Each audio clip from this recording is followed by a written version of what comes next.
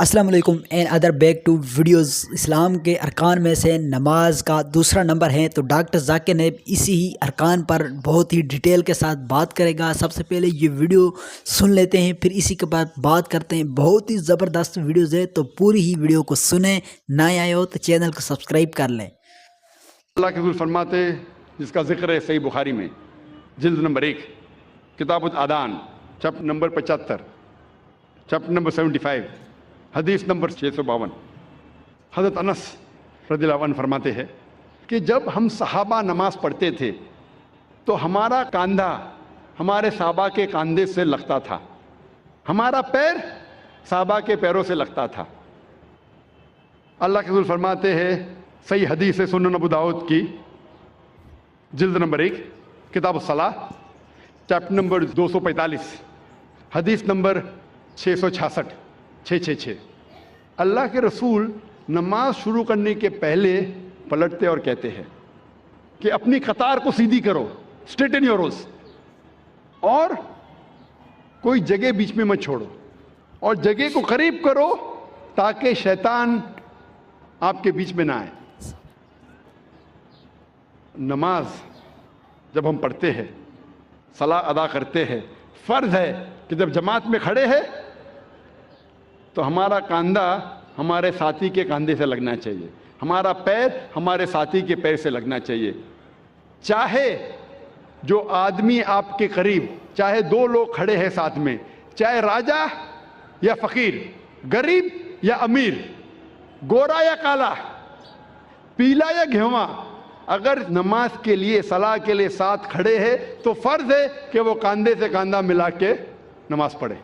اللہ سبحانہ وتعالیٰ فرماتے ہیں سورہ بقرہ میں سورہ نمبر 2 آیت نمبر 144 144، اللہ فرماتے ہیں کہ جب بھی آپ نماز کے لیے کھڑے ہوتے ہیں، صلاح کے لیے کھڑے ہوتے ہیں، اپنا رخ مسجد حرام کی طرف کرو، turn your face toward the sacred mosque. جدھر بھی آپ ہیں اپنا رخ، اپنا چہرہ مسجد حرام کی طرف کرو۔ یہ ہمارے لیے قبلہ ہے، کعبہ ہمارا قبلہ ہے۔ نماز پڑھتے وقت ہمیں رخ کرنا چاہیے مسجد حرام کی طرف، یہ فرض ہے۔ اللہ تعالیٰ فرماتے ہیں سورہ بقرہ میں سورہ نمبر 2 آیت نمبر 238 میں 238، اللہ تعالیٰ فرماتے ہیں کہ جب بھی آپ صلاح کے لیے کھڑے رہو تو stand with a ڈیوٹ frame of mind. آپ جب کھڑے ہوتے ہیں، عربی میں لفظ آتا قانتین، کہ اپنے ڈیوٹ فریم آف مائنڈ کے ساتھ آپ نماز پڑھو۔ بڑی ہی زبردست ڈاکٹر صاحب کی ویڈیوز ہے اور گفتگو بھی بہت زبردست فرما رہے ہیں، تو ویڈیو کو پورا دیکھیں۔ اللہ فرماتے سورہ ہجر میں سورہ نمبر 15 آیت نمبر 87 میں کہ اللہ has sent، اللہ نے نازل کیا ہے 7 آیتیں جو ہمیشہ دہرائی جاتی ہے، اور قرآن عظیم۔ جب قرآن مجید میں اس کا ذکر آتا ہے 7 آیتیں جو ہمیشہ دہرائی جاتی ہے، اس کا مطلب ہے سورہ فاتحہ۔ سورہ فاتحہ میں 7 آیتیں ہیں، تو قرآن میں اللہ تعالیٰ ذکر کرتے ہیں سورہ فاتحہ کے بارے میں، اور عظیم قرآن۔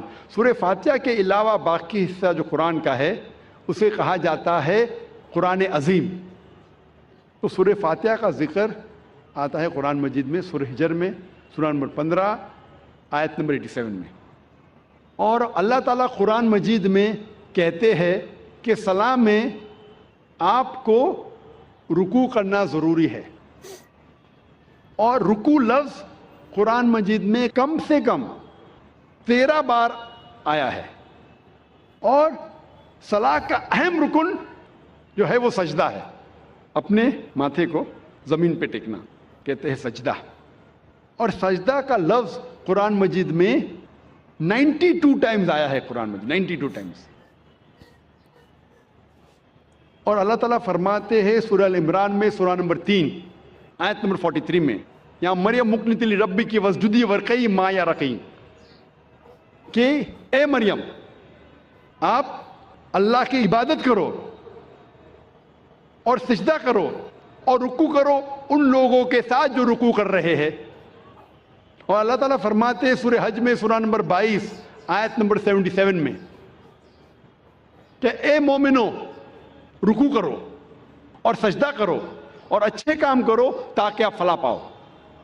تو کئی بار قرآن مجید میں کہا گیا ہے رکوع کے بارے میں اور سجدے کے بارے میں. اور اس کے علاوہ قرآن مجید میں کئی بار کہا گیا ہے اطیعوا اللہ واطیعوا الرسول، اللہ کی اطاعت کرو اور اللہ کے رسول کی اطاعت کرو. کئی بار قرآن مجید میں آتا ہے. سورہ ال عمران سورہ نمبر 3 آیت نمبر 32، سورہ ال عمران سورہ نمبر 3 آیت نمبر 132، سورہ نساء سورہ نمبر 4 آیت نمبر 59، سورہ مائدہ سورہ نمبر 5 آیت نمبر 92، سورہ انفال سورہ نمبر 8 آیت نمبر 1، سورہ انفال سورہ نمبر 8 آیت نمبر 20، سورہ انفال سورہ نمبر 8 آیت نمبر 46، سورہ نور سورہ نمبر 24 آیت نمبر 56، سورہ نور سورہ نمبر 24 آیت نمبر 54، سورہ محمد سورہ نمبر 47 آیت نمبر 33، سورہ مجادلہ سورہ نمبر 58 آیت نمبر 13، سورہ تغابن سورہ نمبر 64 آیت نمبر 12۔ ڈاکٹر ذاکر نائک کا لیکچر بہت ہی زبردست ہے. یہ لیکچر تمام مسلمانوں کو سننا بہت ہی ضروری ہے. کم از کم قرآن مجید میں 12 جگہ کہا گیا ہے اطیعوا اللہ واطیعوا الرسول، اللہ کی اطاعت کرو، اللہ کے رسول کی اطاعت کرو. اس کا مطلب اللہ کے علاوہ جو بھی اللہ کے رسول فرماتے ہیں، حکم کرتے ہیں، ہمارے لیے فرض ہے کہ اسے ہم مانیں. تو صلاح کی باقی رکن، باقی چھوٹی چیزیں کس طریقے سے پڑھی جاتی ہے وہ ذکر آتا ہے حدیث میں. جب اللہ کے رسول کی صحیح حدیث پڑھیں گے تو باقی چیز ہمیں ملتی ہے. اور اللہ کے رسول فرماتے ہیں صحیح بخاری میں جلد نمبر 1 کتاب الآذان چیپٹر نمبر 18 حدیث نمبر 604 میں پرے ایز یو سی می پرے، نماز پڑھو جس طریقے سے آپ مجھے پڑھتے ہوئے دیکھ رہے ہیں. اور یہ حدیث دہرائی گئی ہے کئی جگہ. یہ دہرائی گئی ہے صحیح بخاری میں جلد نمبر 9 میں حدیث نمبر 352 352، جہاں اللہ کے رسول فرماتے کہ نماز پڑھو اس طریقے سے جس طریقے سے آپ مجھے پڑھتے ہوئے دیکھ رہے ہیں. تو باقی چیز نماز کے بارے میں ہمیں ملتی ہے اللہ کے رسول کی صحیح حدیثوں میں. اللہ فرماتے ہیں سورہ داریات میں سورہ نمبر 51 چیپٹر 51 ورس نمبر 56 ورس 56، وما خلقت الجن والانس الا لیعبدون. اللہ سبحانہ و تعالیٰ نے جن اور انسان کو اسی لیے بنایا ہے تاکہ وہ اللہ کی عبادت کرے. اللہ نے جن اور انسان کو صرف اور صرف اسی لیے بنایا تاکہ وہ اللہ کی عبادت کرے. یہ لفظ عبادت آتا ہے عربی لفظ عبد سے، جس کے معنی ہے بندہ، بندگی. اور سارے انسان اللہ کے بندے ہیں. ہمیں فرض ہے کہ ہم ہمارے خالق، ہمارے رب اللہ سبحانہ و تعالیٰ کی عبادت کریں. کئی مسلمانوں کو غلط فہمی ہے کہ صلاح ہی صرف اللہ کی عبادت ہے. صلاح اللہ کی ایک اہم عبادت ہے، سب سے بہتر. نماز اور ایمان کے متعلق ڈاکٹر ذاکر نائک کا بہت ہی اچھا لیکچر تھا. میرے خیال میں آپ نے ویڈیو کو پورا دیکھا ہوگا. لیکن صرف صلاح عبادت نہیں. عبادت کے معنی عبد، بندگی، اللہ کا کہنا ماننا. جب ہم اللہ کا حکم مانتے ہیں تو ہم اللہ کی عبادت کر رہے ہیں. اللہ جس چیز سے ہمیں روکتا ہے ہم اس سے پرہیز کرتے ہیں، ہم اللہ کی عبادت کر رہے ہیں. لیکن سب سے بہترین عبادت ہے صلاح. اور جو انسان صلاح نہیں پڑھتا ہے، صلاح نہیں پڑھنے کے کئی نقصانات ہیں.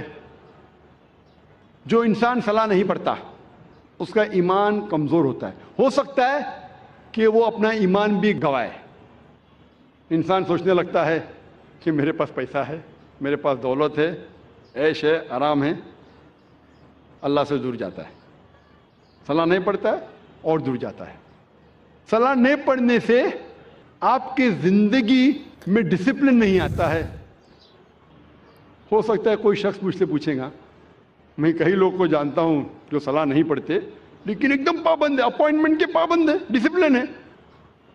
میں جانتا ہوں کئی مسلمان جو صلاح نہیں پڑھتے لیکن ڈسپلن ہے. کئی غیر مسلمان ہیں جو صلاح نہیں پڑھتے لیکن ایک دم ڈسپلنڈ ہے. اپوائنٹمنٹ دیں گے برابر اس وقت پہ موجود رہیں گے. یہ ڈسپلن کا ذکر ہی نہیں کر رہا ہوں میں.